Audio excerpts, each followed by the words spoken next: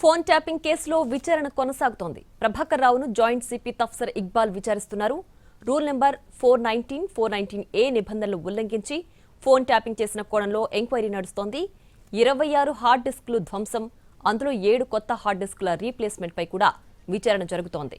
Review committee అనుమతి లేకుండానే రాజకీయ నేతలు, వ్యాపారవేత్తలు ఫోన్ ట్యాప్ చేసినట్లు సిట్ అధికారులు గుర్తించారు. ధ్వంసం చేసిన 26 హార్డ్ డిస్క్లు ఎక్కడ దాచిపెట్టారనే దానిపై విచారణ కొనసాగుతోంది.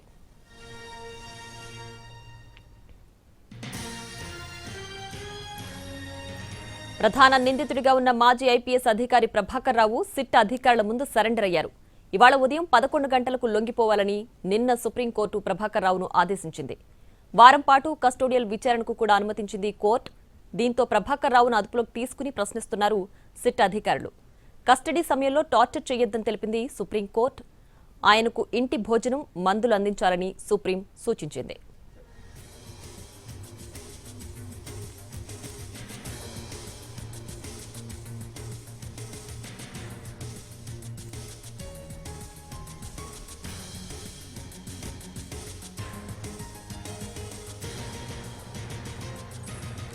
ఇక ఫోన్ ట్యాపింగ్ కేసులో ప్రభాకర్ రావు సిట్ విచారణ కొనసాగుతోంది. దీనికి సంబంధించి పూర్తి డీటెయిల్స్ మా క్రైమ్ ఇన్పుటేటర్ రమేష్ వైట్ల లైవ్ లో అందించడానికి సిద్ధంగా ఉన్నారు. రమేష్, ఇప్పటికే ప్రభాకర్ రావును టార్చర్ చేయొద్దు అంటూ కూడా సుప్రీం ఆదేశించింది.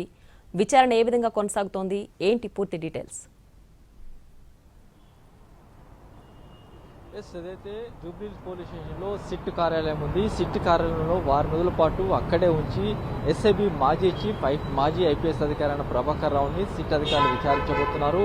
ఫోన్ ట్యాపింగ్ వ్యవహారంలో అసలు కీలకమైన దేశానికి పోవచ్చు. ఎందుకంటే వారం రోజుల పాటు సిట్ అధికారులు కస్టోడియల్ విచారణకు అనుమతి సుప్రీంకోర్టు ఇవ్వడంతో ఈ మేరకు ఈ కేసులో అత్యంత కీలక సూత్రధారి, పాత్రధారైన ప్రభాకర్ రావుని అటు సిట్ అధికారులు విచారించిస్తున్నారు. అయితే ఈ విచారణలో కీలక అంశాలు కూడా తెలుసుకున్న పరిస్థితి కనబడుతుంది. ఎందుకంటే దీంట్లో ముఖ్యంగా చూస్తే అతను పదవి కాలం అయిన తర్వాత అతన్ని ఏ విధంగా నియమించారు, ఎవరు నియమించారు, ఏ కోణంలో నియమించారు అనే విషయం కూడా ప్రధానంగా దీన్ని విచారించబోతున్నారు. దీంతో పాటుగా ఆ కొత్త ప్రభుత్వం, కాంగ్రెస్ ప్రభుత్వం వచ్చిన తర్వాత అప్పుడు 26 హార్డ్ డిస్క్లతో పాటు కొత్త హార్డ్ డిస్క్లు మొత్తంగా 30 పైచిలకు హార్డ్ డిస్క్ మొత్తాన్ని కూడా ధ్వంసం చేసి, అంటే వాటిని మొత్తం కట్ చేసి వాటన్ని తీసుకెళ్లి మూసీ నదిలో పడివేయడం జరిగింది. అయితే దీనికోసం డిఎస్పీ ప్రణీత్ రావును వాడుకున్నారు. అయితే హార్డ్ డిస్క్లని ఎవరు ధ్వంసం చేయమన్నారనే విషయం కూడా తెలుసుకునే ప్రయత్నం చేయబోతున్నారు. దీంతో పాటుగా ఫోన్ ట్యాపింగ్ దాదాపు ఒక 6 సంవత్సరాల పాటు పెద్ద ఎత్తున ఫోన్ ట్యాపింగ్ చేసినట్టుగా అధికారులు, సిట్ అధికారుల విచారణ బయటపడింది.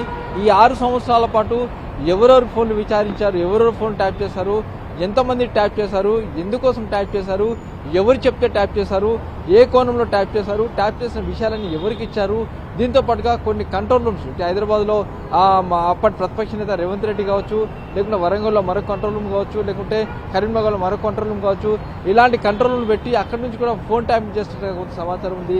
వాటికి సంబంధించిన సమాచారం కూడా తెలుసుకోబోతుంది. దీంతో పాటుగా ఒక ఛానల్ ఎండి ఇంట్లోనే తయంగా ఫోన్ ట్యాపింగ్ మెటీరియల్ పెట్టేసి ఆ మేరకు ట్యాపింగ్ చేసినట్టుకు కొంత సమాచారం వచ్చింది.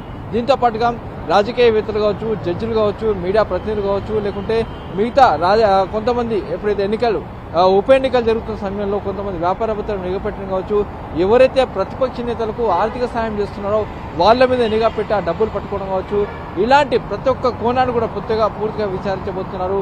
దీంతో పాటుగా ప్రభాకర్ రావు సంబంధించిన సెల్ ఫోన్ ఇవ్వాలని చెప్పి కూడా సిట్ అధికారులు పదే కోరినప్పటికీ ఒక పాత సెల్ ఫోన్ తీసుకొచ్చి 2 సార్లు అతను ఇవ్వడం జరిగింది. కాబట్టి ఆ సెల్ ఫోన్లో ఇలా డేటా కూడా లభ్యం కాలేదు.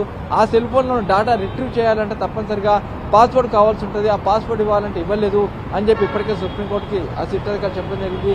ఆ పాస్వర్డ్ తెలుసుకోబోతున్నారు. దీంతో పాటుగా ఆ హార్డ్ డిస్కులు ఎవరు ధ్వంసం చేయమన్నారు, ఫోన్ ట్యాపింగ్ వెనకాల ఎవరున్నారు అనే కీలక సూత్రాలు ఎవరు అనే విషయాలు మొత్తం కూడా వారం రోజుల పాటు అధికారులు ఇదే పోలీస్ స్టేషన్లో పెట్టేసి కస్టోడియల్ విచారణ చేయబోతున్నారు. ప్రభాకర్ రావు ఈ రోజు 11 గంటలకు సరెండర్ అయ్యారు. అటు శుక్రవారం రోజు మళ్ళీ కస్టోడియల్ విచారణ పూర్తయినంత తారీఖు అతను వెళ్ళిపోయే అవకాశం ఉంటుంది. ఇప్పటికీ మొత్తంగా వారం రోజుల పాటు కస్టోడియల్ విచారణను ప్రభాకర్ రావు జూబ్లీహిల్స్ పోలీస్ స్టేషన్లో ఉండి ఎదుర్కోబోతున్నారు. Priya. Right Ramesh, thanks for the updates.